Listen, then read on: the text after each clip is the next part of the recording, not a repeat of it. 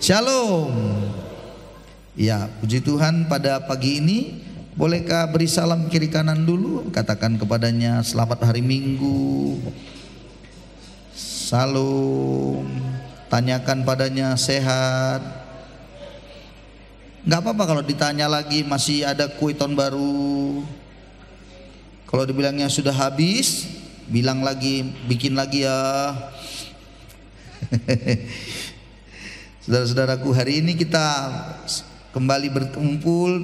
Luar biasa Tuhan menyertai kita pada hari ini. Kembali kita belajar firman Tuhan. Kita lihat sebuah topik lagi pada kita hari ini, saudara-saudara. Bagaimana sebenarnya tema-tema kita pada tahun ini adalah berbicara tentang murid. Menjadi murid yang bermultiplikasi, ya. Bagaimana kita menjadi murid yang bermultiplikasi. Iya. Saudara-saudara, untuk apa kita ini jadi muridnya Kristus? Untuk apa? Itu pertanyaan. Pertanyaan besar. Untuk apa saya ini jadi murid Kristus? Emang ini kurang kerjaan apa ya? Ngapain sih gitu ya? Sudahlah, cukuplah. Saya kan datang ibadah, udah cukup. Nyanyi-nyanyi, doakan saya. Udah, apa lagi sih? Pertanyaannya sering gitu. Dan selalu orang berpikir bahwa kalau menjadi murid Kristus itu jadi sebuah beban, menjadi sebuah hal yang tidak mengenakan. Ya, memang demikian. Tetapi kita mau melihat dulu apa sebenarnya tujuannya itu. Untuk apa? Ada hal yang harus disadari bersama-sama.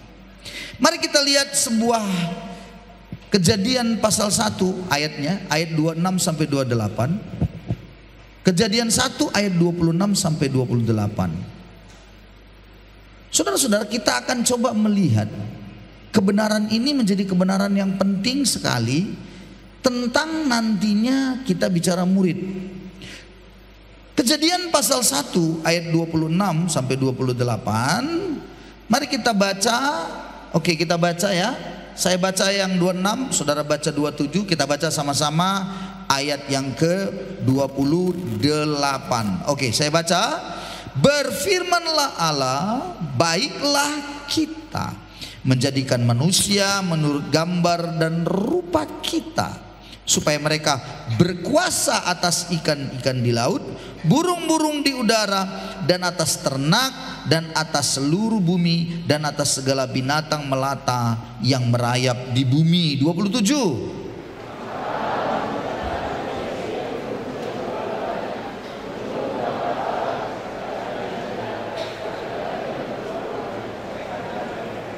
Sama-sama. Allah memberkati mereka. Lalu Allah mereka beranak cuculah dan tambah banyak, nuhi dan taklukkanlah itu. Berkuasalah atas ikan-ikan di laut, burung-burung di udara, dan atas segala binatang yang merayap di bumi. Tuhan selalu melakukan sesuatu hal, senantiasa punya sebuah tujuan. Tuhan tidak pernah melakukan sesuatu tanpa sebuah tujuan. Dan Tuhan melakukan sesuatu itu biasanya, kalau kita baca di Alkitab, ada rencana yang besar. Katakan bersama dengan saya, rencana yang besar. Jadi kalau Tuhan menciptakan manusia itu ada rencana yang besar. Maka kalau Tuhan menciptakan Anda ada di dunia ini, Tuhan punya rencana besar dalam hidup saudara. Bilang dulu kiri kanannya, Tuhan punya rencana besar dalam hidupmu. Haleluya. Jangan ada yang bilang, tapi kan muka saya pas-pasan. Nggak ada hubungannya muka dengan itu. Tapi kan itu kan segambar dan serupa Tuhan. Segambar dan serupa Tuhan bukan artinya muka kita ini seperti muka Tuhan. Bukan itu.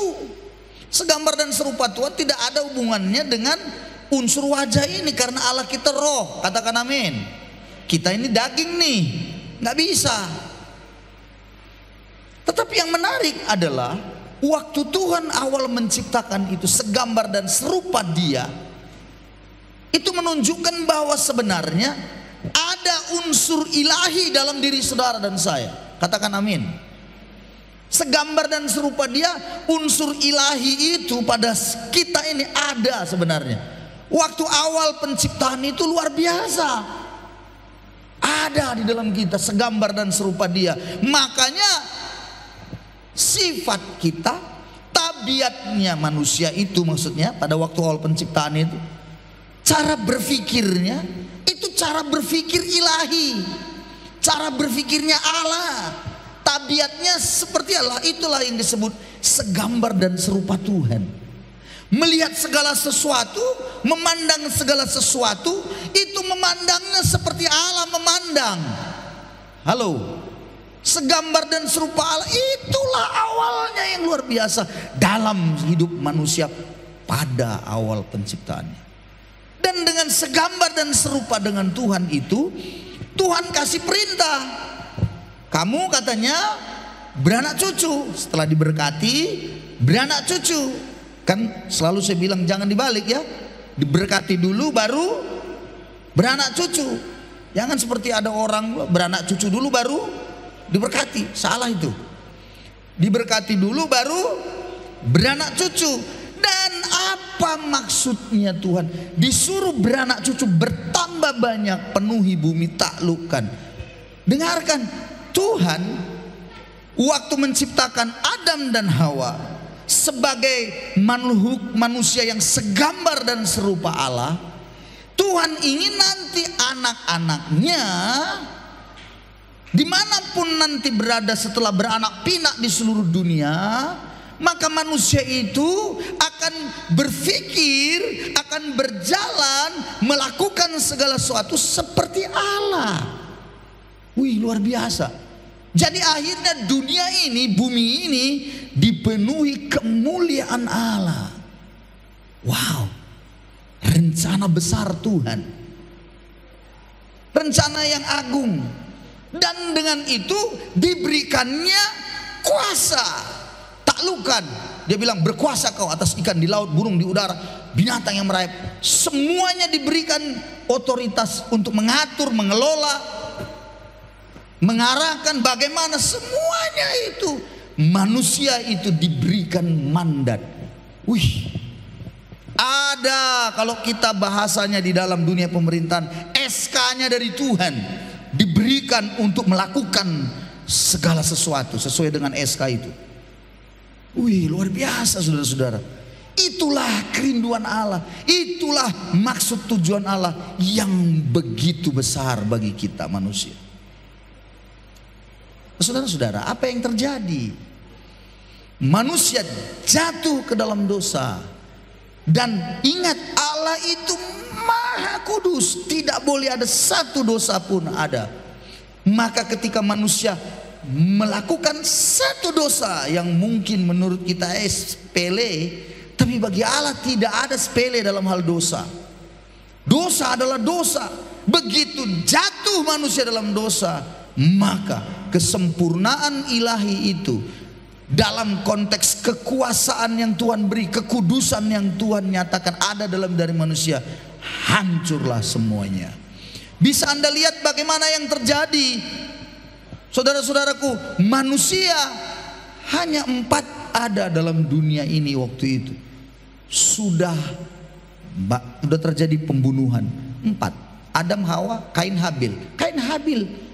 Kain membunuh Habil. Itu luar biasa ngerinya. Itulah akibat dosa itu. Dia terus beranak pinak, dosa itu juga menjalar terus. Makanya dosa kalau disembunyiin terus, dia bukan malah baik, kita makin menjalar terus. Dosa harus diselesaikan saudara-saudara, harus di stop produksinya. Dan saudara-saudara, manusia tidak mampu. Maka ketika jatuh ke dalam dosa, waktu tadi gambar Allah harusnya pada manusia, segambar dengan dan serupa dengan Tuhan, itulah yang membuat manusia itu memiliki kuasa. Mampu dia melakukan banyak hal dalam mengatur, mengelola. Otoritas ada padanya. Karena segambar serupa Tuhan. begitu jatuh, segambar dan serupa Tuhan hilang, tidak lagi. Otoritas itu diambil, dicabut. Manusia kalah, manusia gagal. Lalu ada pertanyaan memang, kalau begitu rencana Tuhan gagal, berarti Allah itu gagal. Saya beritahu, Allah tidak pernah gagal. Sesuai dengan ada nyanyian dalam firman, bila kata, Dia tak pernah gagal, sebab Dialah Allah. Dia tak pernah lalai, Dia genapi firman-Nya, sebab Dia Allah. Allah tidak pernah gagal. Lalu kalau begitu gagal dong? Tidak. Rencana Allah tidak pernah gagal. Lalu bagaimana? Jawaban yang tepat, rencana Allah ini tertunda, bukan gagal. Tertunda. Jadi waktu manusia jatuh ke dalam dosa, anak yang dilahirkan oleh Adam dan Hawa bukan lagi segambar serupa Allah. Mari kita lihat Kejadian pasal 5 supaya kita bisa nangkep. Saya baca untuk ayat 1 sampai 3. Kejadian 5 ayat 1, inilah daftar keturunan Adam pada waktu manusia diciptakan oleh Allah, dibuatnya lah dia menurut rupa Allah. Jadi awalnya diciptakan menurut gambar dan rupa Allah. Laki-laki dan perempuan diciptakan mereka. Ia memberkati mereka dan memberikan nama manusia kepada mereka pada waktu mereka diciptakan. Tapi ayat yang ketiga, setelah Adam hidup 130 tahun, artinya dia sudah jatuh ke dalam dosa, dan memperanakkan seorang laki-laki menurut rupa dan gambarnya, memberi nama Set kepadanya. Kain membunuh Habil, Kain dibuang Tuhan. Lalu Adam dan Hawa memiliki anak yang lain, namanya Set. Tapi anak ini pun bukan lagi segambar dan serupa Allah. Ayatnya bilang menurut rupa dan gambarnya. Nyanya itu huruf kecil, artinya gambar dan rupa bapaknya yang sudah berdosa. Tadinya gambar Allah, cara berpikirnya cara berpikir Allah, pandangannya, wawasannya wawasan seperti Allah. Namun jatuh, hilanglah itu, maka mulai berpikir seperti yang dia mau, seperti dia. Gambar diri yang seringkali diajarkan di banyak tempat, atau citra diri, itu akibat, kenapa itu diajar? Itu akibat dosa yang jatuh, sehingga orang memandang tidak lagi yang benar cara pandangnya. Contoh nih, siapa di sini yang selalu merasa bahwa dirinya gagal, dirinya tidak layak? Nah, itu gambar dirinya jelek itu. Siapa di sini juga yang merasa boleh hidup begini, tak lebih bagusnya mati, nggak ada gunanya hidup. Boleh, gambar dirinya buruk, jelek itu. Itulah gambar diri akibat dosa itu. Mungkin juga ada yang ini kebalikannya. Kalau tadi merasa rendah diri ya, minder, siapalah aku tidak bisa, aku begini, aku ini miskin, aku begini. Itu minder. Tapi ada juga yang sombong, aku yang hebat, ya Allah si pade, aku yang paling luar biasa, aku yang itu pun gambar dirinya jelek juga itu. Jadi bukan gambar diri seperti Allah. Maka apa yang terjadi? Rencana Allah itu tertunda sementara. Lalu bagaimana selanjutnya? Bagaimana manusia bisa kembali pada gambar dirinya Allah? Bagaimana caranya? Saudara-saudara, luar biasanya, Kristuslah yang datang ke dalam dunia. Dia menyelesaikan dosa itu. Haleluya. Dan dia adalah gambaran Allah itu sendiri, rupa dan gambar Allah yang sempurna. Sebelumnya Adam, sebelumnya manusia pertama yang diciptakan itu sempurna tapi jatuh. Namun sekarang datang seorang manusia yang sempurna adanya. Dan yang menariknya, dia adalah gambaran Allah, karena dia juga adalah Allah. 2 Korintus mengatakan demikian, pasal 4 ayat 3 dan 4. Dikatakan, jika Injil yang kami beritakan masih tertutup juga, maka ia tertutup untuk mereka yang akan binasa, orang-orang yang tidak percaya, yang pikirannya telah dibutakan oleh ilah zaman ini, sehingga mereka tidak melihat cahaya Injil tentang kemuliaan Kristus yang adalah gambaran Allah. Kemuliaan Kristus yang adalah gambaran Allah. Jadi Allah yang luar biasa itu datang ke dalam dunia. Kristus datang, yang adalah gambaran Allah itu yang sungguhnya.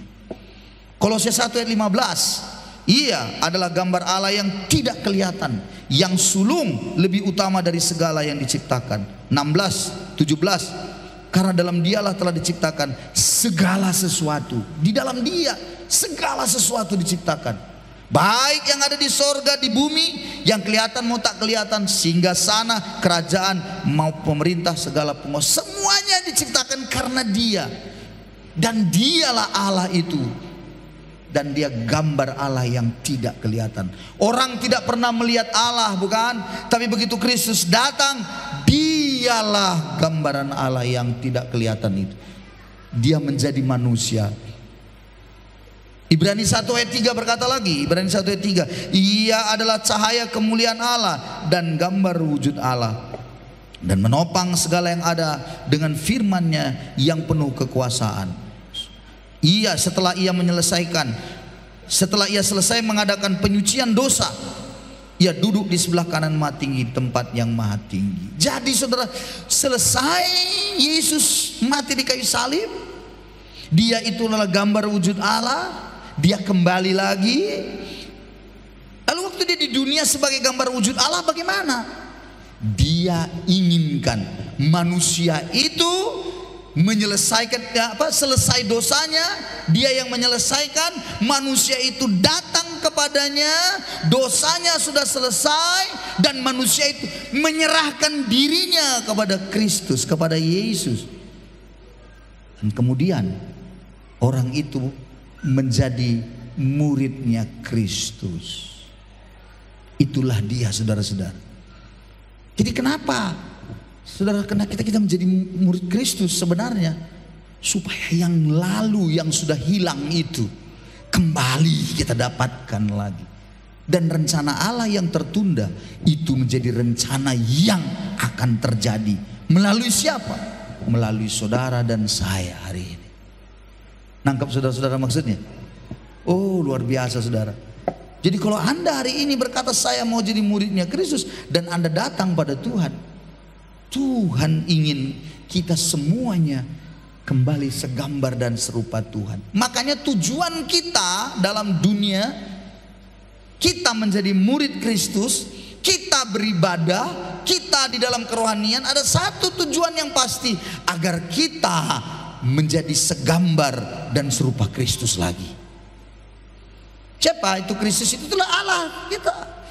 Tetapi tidak lagi dengan kekuatan kita, tetapi dengan kekuatan Kristus yang di dalam kita. Perhatikan. Waktu awal penciptaan tadi, itu ada benih ilahi yang dia berikan kepada kita.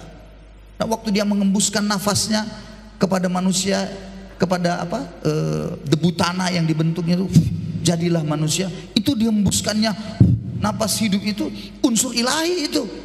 Jadi manusia ini ada unsur ilahinya, makanya dia punya kuasa, diberi otoritas luar biasa. Tapi kemudian hancur semuanya. Maka cara berpikir manusia jelek terus. Cara berpikirnya itu wawasannya kacau balau. Lalu kemudian hidupnya porak-poranda betul. Betul saudara?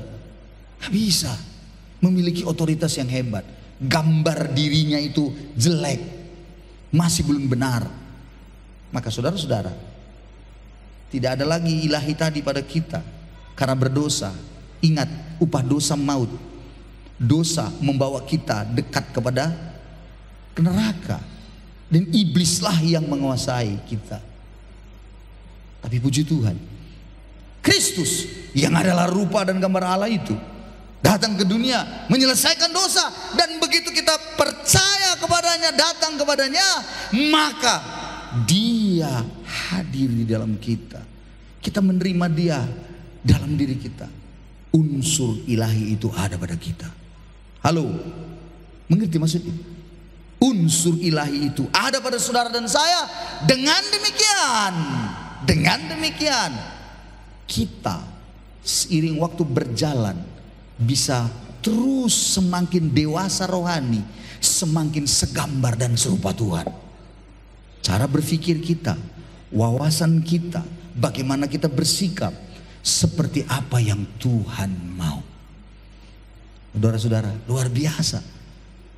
Jadi itu sebabnya di dalam perjalanan, karena kita ini sudah jatuh dalam dosa dan selalu melakukan hal-hal yang sia-sia, dagingnya kita kalah terus, maka kita harus tunduk kepada Kristus dan menjadikan Dia sebagai Tuhan Juru Selamat, memberi diri menjadi muridnya. Waktu itu kita lakukan, wow, kedewasaan rohani akan terus muncul dalam hidup saudara dan saya. Kita akan makin terus naik. Dan yang selanjutnya, apa yang terjadi? Beranak cucu dan bertambah banyaklah. Kata tadi bilang kitab Kejadian pasal 1. Maka kita juga mampu beranak cucu dan bertambah banyak. Apa maksud beranak cucu? Dalam konteks yang sekarang, artinya adalah multiplikasi diri kita. Ada orang-orang yang menjadi anak-anak rohani kita, cucu rohani kita, kita tuntun, kita bimbing. Itulah multiplikasi. Jadi beranak cucu bertambah banyak. Penuhilah, taklukkanlah. Kita pergi ke sebuah tempat, beritakan Injil di sebuah tempat, lalu didik orang itu. Ada di situ anak-anak rohani. Itu yang dilakukan kisah para rasul. Kisah di dalam kisah para rasul itu. Pergi lagi ke kota lain, pergi lagi, saudara-saudara. Nggak bisa kita diam di satu tempat. Halo, ingat baik-baik, Anda dan saya, panggilan itu luar biasa, dan jangan padamkan panggilan itu dalam hidup saudara. Karena itulah sebenarnya mandat yang harus kita lakukan. Makanya disebut amanat agung, perintah agung, pergi. Tahun ini saya terus berdoa, dan kemarin sudah deal sama Ina Belisia, bilang kita sudah buat persekutuan di Umene Satua dan akan kita lanjutkan lagi. Harus ada orang-orang yang kita layani. Bulan depan kita akan buka perintisan baru di Marindal, Kota Medan. Saya akan berangkat ke sana lagi. Dan Anda harus tahu bahwa ketika saya pergi, jangan selalu berpikir, kami ditinggalkan Pak Gembala, apalah firman Tuhan nanti bagana begini bagana. Hei, kebenarannya tidak begitu. Kebenarannya pergi ke 10 kota, kemana saja. Saya baru pulang dari Bukit Tinggi.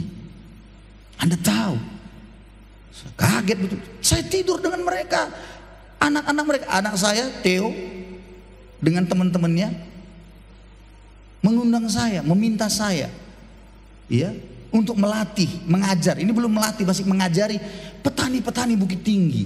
Bicara tentang pupuk organik. Ingat saudara-saudara, kata selanjutnya yang ketiga ini, berkuasa. Ingat ya, atas ikan di laut, burung di udara, semua binatang. Ada otoritas kembali pada kita. Hei, kalau engkau terima Yesus jadi murid Kristus, ada otoritas diberikan Tuhan. Dan saya pun heran dengan diri saya, kok bisa ya saya ajari mereka cara buat pupuk organik, padahal Anda belum pernah saya ajari kan. Bahannya apa? Macam-macam. Itu kalau Anda cucian beras, coba cucian beras Anda buang kan, berdosa itu. Bilang kiri kanannya, cucian beras jangan dibuang, bilang, coba bilang. Ibu-ibu, cucian beras jangan dibuang, coba bilang kiri kanannya. Kan ada yang bilang enggak, buang saja kan itu kan. Padahal pupuk komposnya dari mana? Cucian beras. Fermentasinya dari situ. Saya ajar sama mereka geleng-geleng kepala. Pakai apa? Micin. Campur Ajinomoto. Apa Ajinomoto? Itu bunga di rumah. Itu ibu. Ya, ibu sekarang lagi khotbah di atas ya. Mana pernah dia beli NPK? Apa itu NPK? Semua itu saya ajarin, buatin aja. Cuman memang kadang ada baunya. Namanya juga organik. Ibu kan gitu. Bukan apa pupuk koi. Begitu disiram, bukan. Tiba-tiba 2 hari, cantik kali bunga aku, bagus sekali ya. Terus saya bilang, enggak mah, bukan. Ketawa lah dia. Ya namanya organik, ada baunya memang. Apa boleh buat? Oh coba lu dari kotoran sapi, bau nggak itu kotoran sapi? Kotoran kambing, bau nggak itu? Ya namanya kalau kotoran bau. Macam mananya gitu ini. Tapi karena bicara murid itu diberikan kita hikmat, itu harus Anda mengerti. Anak saya bilang, Pak kami mau inovasi village, Innovillage. Apa yang mau dilakukan nak? Pak kami mau ke Nias, kami mau buat proposal. Karena kementerian memberi izin, nanti diberi dana. Asal bagus proposalnya, jelas. Apa yang mau kau bikin di Nias? Pak gimana Pak? Kalau kami buat karena teknik fisika, kami buat pengairan. Bagaimana menyalurkan pipanya dan semuanya. Saya bilang sama dia, nah kalau di Nias saya agak sulit. Di kampung sana, apa yang mau kau alirkan? Air pun tak ada. Lalu dia bilang, bagaimana ini Pak? Ada kawannya bilang, saya di pasar, di pajak ya kalau di sana dia. Depan itu semuanya memang benar. Itu selalu seperti itu, seperti pajak pasar kita itu ya, pasar apa di terminal itu. Datang dari kampung-kampung semuanya dan kopean sayur begitu banyak. Dan selalu di depan rumah mereka, karena mereka jualan juga. Itu terbuang-buang bersera-sera sampai pemerintah bingung bagaimana mengambilnya lagi itu ya, karena sampah kan. Lalu dibilangnya sama si Theo, bagaimana dengan bapakmu? Bisa nggak? Bisa. Lalu saya diminta bikin video kecil, saya jelasin pendek-pendek, ada 6-7 video kecil gitu. Mereka cerita sama dosennya, ini kerinduan kami Pak. Bapak saya bisa ngajarin bagaimana mendapatkan pupuk nitrogen, fosfor, kalium dari organik begini-begini. Dosennya langsung bilang, ini cocok. Sekarang kalian yang harus ciptakan bagaimana alat pengukur NPK itu kalian ciptakan. Maka mereka berpikir bagaimana. Jadilah alat itu saudara. Mereka saya juga kaget. Jadi kalau dicolokkan begini ke tangan, langsung keluar digital N-nya sekian, P-nya sekian, kaliumnya sekian. Saya bingung. Udah dikasih pupuk, kemudian setelah itu diaduk-aduk, celupkan lagi. Wih, makin besar N-nya gini. Saya bilang sama anak saya, bikinkan sama papa satu itu nak.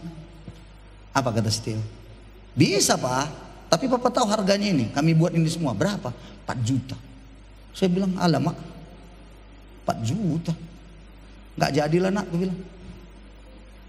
Jadi dari mana uangnya kalian? Dia bilang, kementerian sekarang sudah memberikan dana pada kami. Kami sudah tawarkan 20 juta untuk membuat ini dan pelatihan ini. Papa juga diundang, tiket papa ini pulang pergi. Tapi dicairkan oleh kementerian 16 juta. Makanya kami bisa buat alat ini. Dosennya senang sekali. Dan pada waktu dibuat itu, petani sana semua bilang, paling seperti itulah.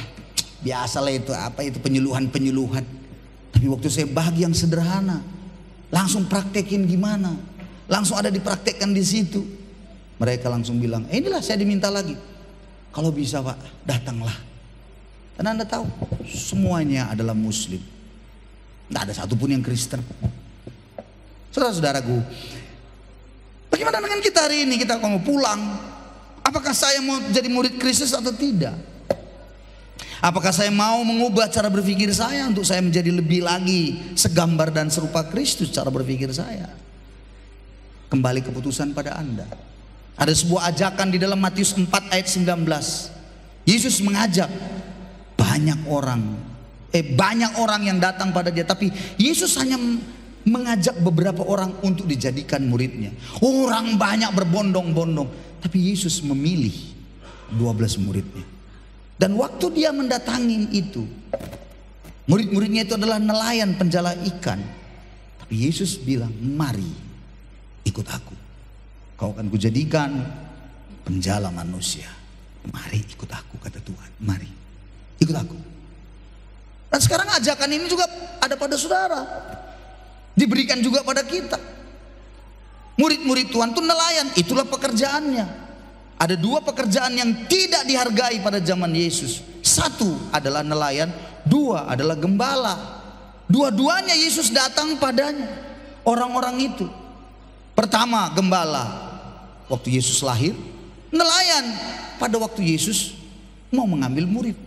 Dan dengar, Pekerjaan yang paling hina, yang rendah, justru Yesus mau pakai orang itu. Makanya Anda semua yang hari ini merasa, saya ini kecil, saya nggak punya apa-apa Pak, rumah pun nyewa-nyewa, rumah pun ngontrak, nggak ada siapa-siapa.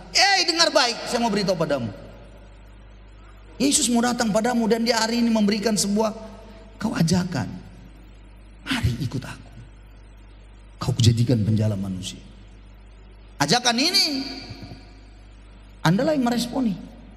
Mungkin ada guru, mungkin ada bidan, mungkin ada dokter, perawat, pedagang, mahasiswa kah, kerja di kantor ASN kah, apa saja. Ajakan ini ada pada saudara, diberikan Tuhan lagi pada kita. Maukah engkau? Ayatnya selanjutnya berkata bahwa murid-murid itu pun katanya pergi dan meninggalkan jalannya, pergi mengikut Tuhan. Ada sebuah hal yang menarik hati mereka. Saya yakin begini, pasti ada sesuatu yang di luar batas pemikiran. Bagaimana mungkin bisa menanggalkan semuanya, lalu memberikan sebuah kepastian dalam diri bahwa saya harus mengikut Tuhan. Padahal Yesus bilang apa? Serigala punya liang, ya kan, burung punya sarang, tapi anak manusia tidak punya tempat meletakkan kepalanya pun tidak ada. Itu artinya apa? Miskin memang susah, nggak ada apa-apanya. Tapi kok bisa ya? Itu yang menjadi pikiran saya. Kok mau ya? Pasti mereka melihat sesuatu yang berbeda dalam diri Yesus. Pasti ada sesuatu yang tidak bisa terkatakan membuat mereka ngikut pada Yesus. Dan itulah yang harusnya terjadi pada kita. Kalau kita sudah menjadi murid Kristus, orang akan melihat sesuatu yang berbeda pada kita. Sehingga orang lain, begitu kita bilang mari, ayo ke komsel, ayo ke persekutuan, mereka seperti kerbau di cucuk hidung. Mereka ya oke. Mereka ikut. Kenapa mereka ngikut? Kenapa mereka mau? Karena segambar dan serupa Tuhan kita. Karakternya, tabiat, cara pandangnya serupa Kristus. Jadi saudara-saudara, hari ini saya ajak kita semua hari ini, mari kita mulai arahkan diri kita untuk kita berkata, aku mau jadi murid Tuhan yang sejati. Aku akan merubah cara pandang saya. Aku mau segambar dan serupa Tuhan. Mengapa? Sudah ada Kristus di dalam, yang ilahi sudah ada. Anda mampu mengalahkan semua keinginan daging, mata, keangkuhan hidup Anda. Mampu kita menghadapi semua tantangan. Mampu kita menjalani hidup. Karena Allah ada pada kita. Kristus yang adalah gambaran Allah itu ada pada saudara dan saya. Siapkan diri Anda untuk dipakai Tuhan. Dan saya berharap kita semua bisa dipakai Tuhan luar biasa. Amin saudara-saudaraku. Haleluya, amin. Ya, saya akan terus bergerak. Apapun ceritanya, saya akan terus bergerak. Bulan depan saya akan ke Medan lagi, melihat pos pelayanan yang akan dibuka itu. Siapa yang jadi pemimpin di situ? Anda tahu Pak Priskila sama Priskila? Ya tahu ya. Kembarannya mirip betul seperti sama Priskila. Botak-botaknya semua mirip betul. Nah itu kembaran nama Priskila itulah nanti yang akan memimpin di sana. Saya sedang siapin. Kami terus punya hubungan. Kemarin itu waktu itu kita sudah buka di Mandeling Natal. Sekarang di Medan. Kan aneh kan? Harusnya gimana? Orang Medan lah yang merintis di sini. Kita balikkan sekarang. Bahwa orang-orang Nias pun, anak-anak Nias hebat-hebat bisa buka pelayanan di mana-mana di kota-kota lain. Nanti ke depan siapa yang akan, nggak mungkin saya terus-terusan ke sana, betul ya? Siapa lagi nanti yang akan dikirim ke sana? Ya Anda lah yang dikirim ke sana. Tapi Pak, bagaimana dananya? Ya berdoalah. Nggak ada dana gimana Pak? Ya patungan kita. Berangkat Anda. Kenapa rupanya? Pernah nggak Anda berpikir kalau kita buka pelayanan di luar negeri? Nah kan nggak percaya. Itulah belum segambar serupa Tuhan. Masih lebih percaya kalau kita. Bagaimana kalau kita buka pelayanan kita? Gimana kalau di Afulu? Mungkin bilang yes. Anda nggak berpikir nggak? Bagaimana kalau kita buka pelayanan kita di Malaysia? Tuh kan? Ada yang nggak percaya. Ah itulah kan. Ada yang bilang masa iya? Saudara-saudara, tidak ada yang mustahil. Kan ayatnya tadi bilang berkuasa. Asal engkau segambar dan serupa Tuhan. Amin saudara-saudara. Kiri kanan katakan, mulai hari ini saya mau belajar untuk hidup segambar dan serupa Tuhan. Katakan kiri kanannya lagi. Mari pemain musik. Walaupun suami istri nggak apa-apa, segambar dan, jangan bilang kau segambar dan serupa bapakmu gitu. Jangan gitu. Segambar dan serupa Kristus. Bilang kiri kanannya, kau mau segambar dan serupa Kristus. 2, 3 ya. Amin. Tepuk tangan kita semua untuk Kristus kita yang luar biasa. Tuhan memberkati kita semuanya. Haleluya.